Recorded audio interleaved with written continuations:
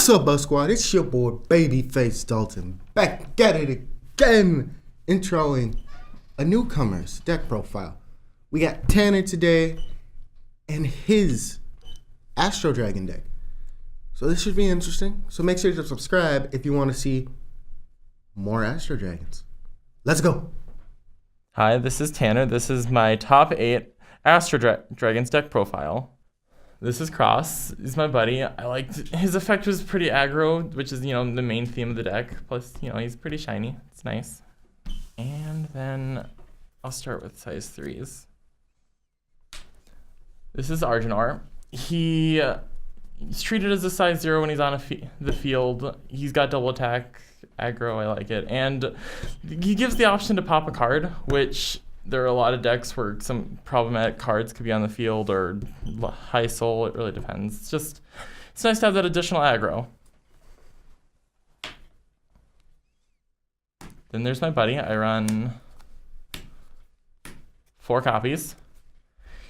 It's true. His gauge is a little high, but 2 soul and his galaxy formation skill is pretty great.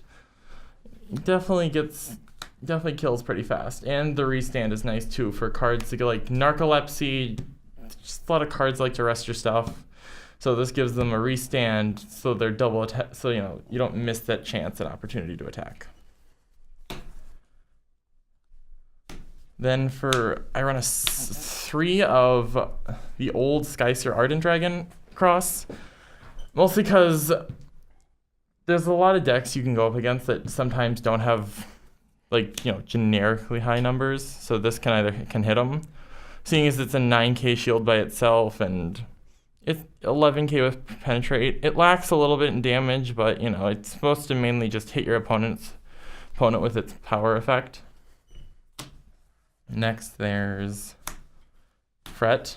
He's pretty nice. I've had him in since the beginning, mostly because free resource is amazing.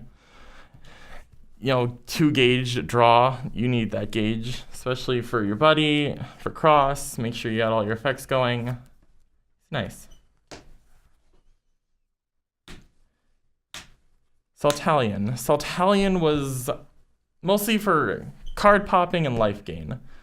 And, he's a size 1 with 2 crit, which, true, there are quite a few in here. But, he's nice to have. He's free pop and life gain if he's on the left, which against some decks could be real nice. Then I do Fezlon. Fezlon is item search. Unlike the other one, he doesn't require a gauge to call, which is amazing. So instead of having to have 2 gauge to search item from deck, I only have to pay 1, which is just lovely. Get over here, Now this is a pretty fun card. The counter cost alone is great, but the gauge, life, and draw is pretty fun too.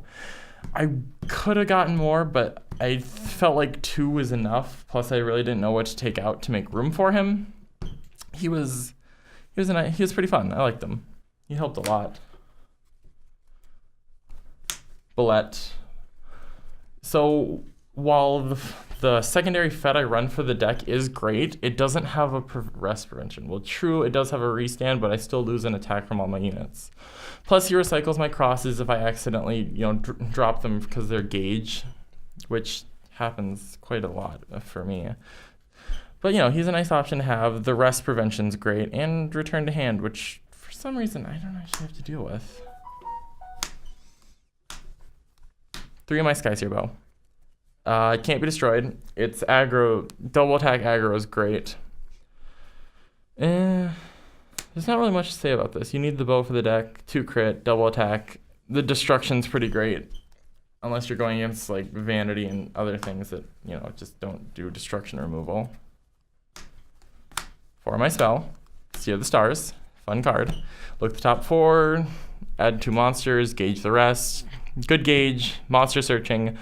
I have literally had games where I never pulled Cross, and then I drew this and used it and got him, and necessary resources as well, such as Fret, and the extra 2 plus gauge, because even when you just hit spells with it, the 4 gauge can be helpful. Convertible. Secondary Cross needs it to reset his galaxy formation, and the draw card is great. It's just a fun thing, but Once per turn doesn't really matter that much. Cellosphere. You know, it's obviously not a 4 of because once per turn, but, you know, up to 3 card draw power is just fun. Gets you resources, gets you stuff. It's nice. Then there's my set spell. It helps sets up my buddy's formation a bit easier. Plus the life and draw, especially if I call him with Coop, because then it'll make it where I can use it either opponent's turn. Immobilize. This doesn't really have much to say. Permanently resting a card for a turn is great against like some decks like Garga for endless attack, Vanity for removal, a few Lost World things too.